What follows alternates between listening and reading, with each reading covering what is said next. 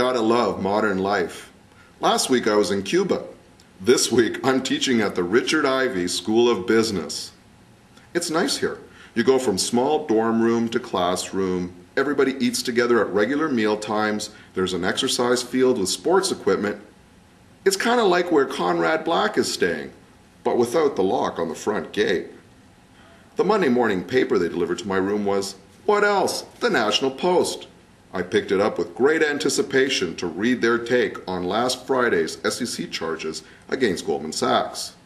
Imagine my shock on discovering no mention of the momentous event on page 1. The front page was all Bieber and Bublé. Maybe everyone at the Fraser Institute was away for the weekend and the Post reporters didn't know what to think. The Post had the story that burned up the airwaves all weekend on the back page. On page 16, some hack wrote that Canadian banks shouldn't be penalized by a bank tax because regulation kept them from requiring bailouts. Yep, it's official, kids. The right wing is out of ideas. I admit being momentarily filled with hope when the Securities and Exchange Commission laid charges for the biggest mugging in history. Sure, they were just civil charges, but some moral hazard was being imposed on the financial industry. Of course, everyone knows that Goldman Sachs is not an investment bank but a bookmaker, and that's no longer illegal outside of Nevada. But come on, there ought to be a law against Enron'ing the economy of the entire Western world. The Goldman Sachs defense is, they were sophisticated investors, they were over 18, past performance of the dice is no guarantee of future yields, blah blah blah. I guess if he'd fired off some disclaimers, Pete Rose would be a Hall of Famer and a billionaire. Of course, my hope faded when I remembered the issue would eventually be decided by the U.S. Supreme Court. Goldman Sachs lawyers can't wait to get to that tribunal. The business commentators are already gloating about that victory.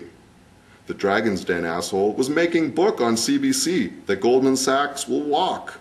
Of course, that's a sucker bet.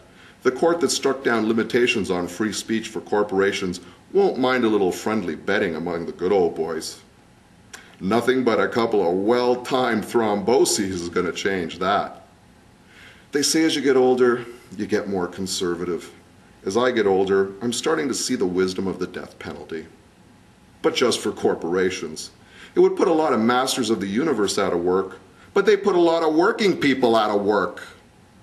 And if corporations could fry, the masters of the universe might return to financing industry rather than gambling. And a clerk might blow that whistle once in a while to keep everybody honest. Of course, one of the main arguments against capital punishment is that it's not possible to correct any mistakes later. That isn't the case here. If CSI, SEC later discovers that Goldman Sachs was actually innocent, it could always compensate them with a sports betting franchise in Atlantic City. At minimum, the Goldman Sachs corporate charter should do some hard time like Bernie Madoff or Lord Black. Let's say 100% corporate and executive tax rate for 15 years, and they must never possess or market any derivatives upon release. I'm Humberto da Silva and not Rex Murphy, and definitely not Kevin O'Leary.